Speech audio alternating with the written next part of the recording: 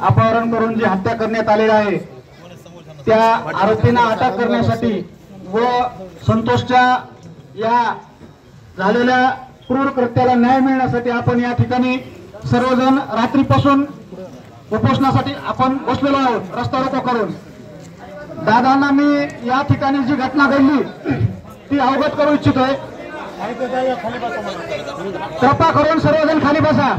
समोर न येता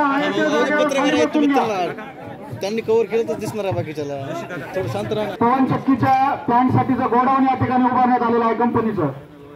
त्या प्लांटवर मसाजोग मधील 10 ते 12 तरुण तिथं वॉचमन म्हणून काम करतात। तर टाकळी येथील गुले नावाचा व्यक्ती त्याच्या 4-5 साथीदारासोबत त्या ठिकाणी खंडणी मागण्यासाठी त्या ठिकाणी आलेला होता। तेथे अशोक सोने नावाचा पहारेकरी कामच्या गाडीची नोंद डायरीमध्ये करा नंतर मध्ये जा, परंतु या मारलेल्या अवलंबीनं त्या पोराला मारहाण केली आणि मारहाण करून त्यांना त्या ठिकाणी थांबल्यावर मग गावातल्या कर्मचाऱ्याला मारहाण सरपंचानं का असं करत विचारल्यानंतर त्याला सुद्धा त्यांनी मारहाण केली। मग ज्यावेळेस सरपंचाला मारहाण होती हे बघितल्यानंतर जमलेल्या गावकऱ्यांनी त्या पोरांना सुद्धा भरपूर मार दिला। त्यावेळेस सरपंच आणि शिवराज देशमुख हे केजून मसजोकडे येत होते। त्यावेळेस दोनगाव फाट्यावर त्यांना 2 गाड्यांना माग आणि पुढे लावून अडविलं। त्यातील 7-8 लोकांनी खाली उतरून शिवराजला मारहाण केली। जागेवर संतोषला ही न्याय मागते न्याय। जर हा रस्ता रोको असता तर धिंगाणा झाला असता। गाव यांचं आहे, लेकरू यांचं होतं, त्याला मारून टाकलंय तरी आरोपी मोकाट आहेत। CIDची त्यांची मागणी आहे, CID मार्फत चौकशी करा, त्यांची मागणी सरकारी वकील द्या, त्यांची मागणी हे फास्ट ट्रॅक कोर्टात चालवा, याला फाशीची शिक्षा होऊ द्या।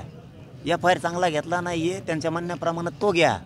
ही न्याय मागायचा, याला रस्ता रोको समजू नका, दाबू नका। बरं प्रकरण दाबायच्या भानगडीत तिथल्या जिल्ह्यातल्या छाती बोडून घेणाऱ्या नेत्यांना निक्षून सांगतो, याला रस्ता रोको समजू नका, याला जातीत तोलू नका आणि जातीचे लोक पाठीशी घालू नका, आत टाका।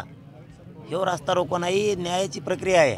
हे लोक सकाळपासून संयमानं बसली आहेत, म्हणजे शांततेत ते मराठा आणि महाराष्ट्रातही संदेश फिरायला लागला आहे। महाराष्ट्रातल्या मराठ्यांना सांगतो, संयम धरायचा आहे, सगळ्यांनी शांत राहायचं आहे, न्याय 100% मिळणार आहे।